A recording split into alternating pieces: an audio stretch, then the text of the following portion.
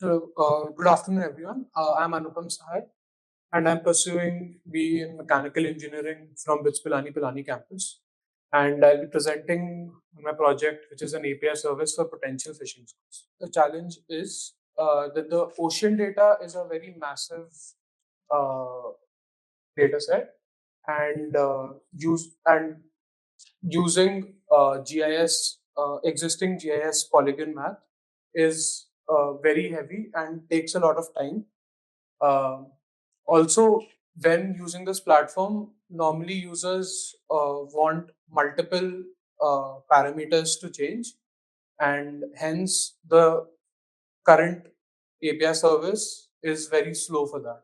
So, what I've achieved with this is creating a GraphQL schema which uses instead of using regular polygon math, it uses Uber's H3 indexes and stores location values as strings.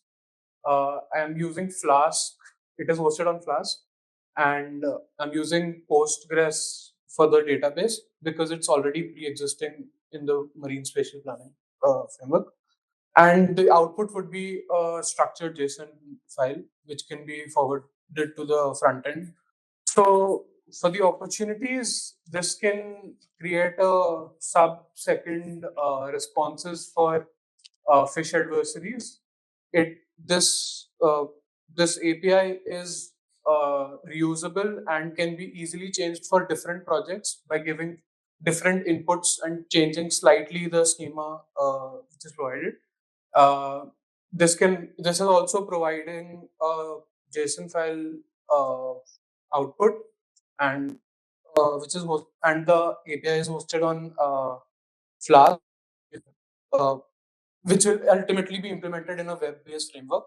I'm using GraphQL, Strawberry GraphQL for the schemas in the backend.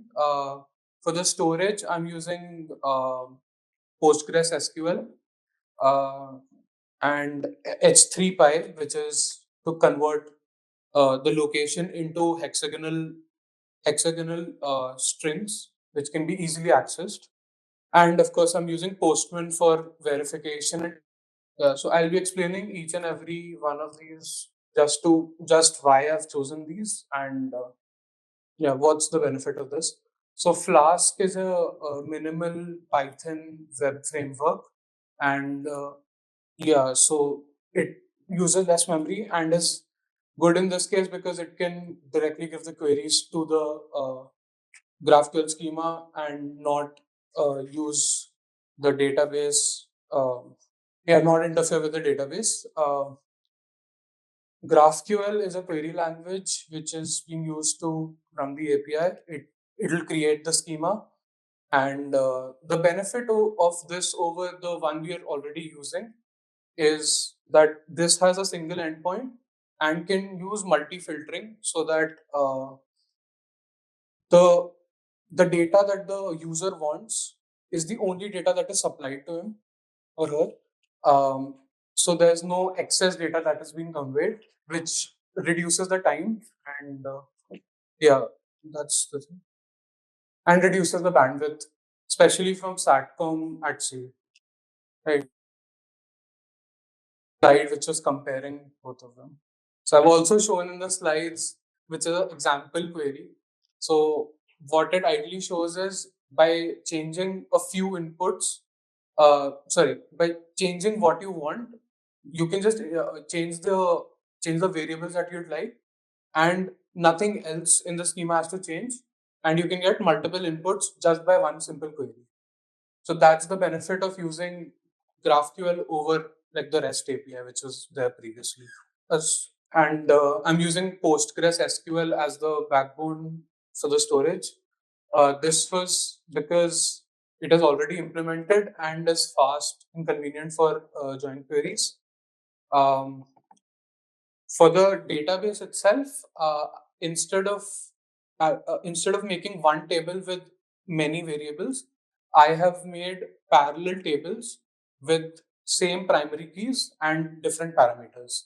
So this ideally means that if there are five parameters that are needed for potential phishing zones, there will be five tables, with the same primary keys, which will be the H3 index ID for the location. There'll be the date, and there'll also be the depth. So by just giving one of these, all of these, you can find all of these variables with just a simple join.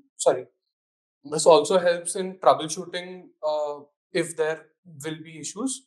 It's easier to troubleshoot when you know exactly which table is faltering, and hence I've used parallel systems instead of just a single one. There's another slide which shows the expected database tables and output variables. So I'll just tell the variables which are there, which is the temperature. There's sea surface temperature. There's P. There's oxygen, and there's nitrate. Yeah. I'm using H3 spatial indexing, uh, which ideally breaks the area down into hexagons. And instead of using GIS data, which will use very highly accurate region, this will not use that, and instead just divide it into hexagons, which will help in finding the neighboring one as well, because these are all same hexagons, and it's faster because we are storing it as a string and not going through point and polygon method, which will look through the entire database row by row, finding whether this data is between this and this. Yeah, so the indexing strategy, as I told you, you will select ideally in the front end a polygon. This will get resolved into H3 cell IDs. This can be used, this will be given to the backend by the schema which I'm creating through GraphQL, which will create a where where query, which will get the data and it will be returned to the front end. Will be used to, which will be helpful in validation of this. This will create. This can be used to check if my queries are accurate and if it's giving the result that I wanted. So the postman would ideally would take input from the client and give it to the Flask framework. Then it would be given to the GraphQL, which will give the schema and will give it to the backend, get the data, and give it back to the front end. So I had shown a slide which was the expected schema, which shows which variables are changing and what is the expected output. So the results of this is that I've achieved a very fast API because of indexing methods that have evolved. This also this reduces time for searching a particular region in the database as well. And it's a scalable architecture, which means it can be used for other projects as well. Yeah, future improvements include the implementation of this on the marine spatial planning framework, and also implementing a caching system. That's it. Thank you.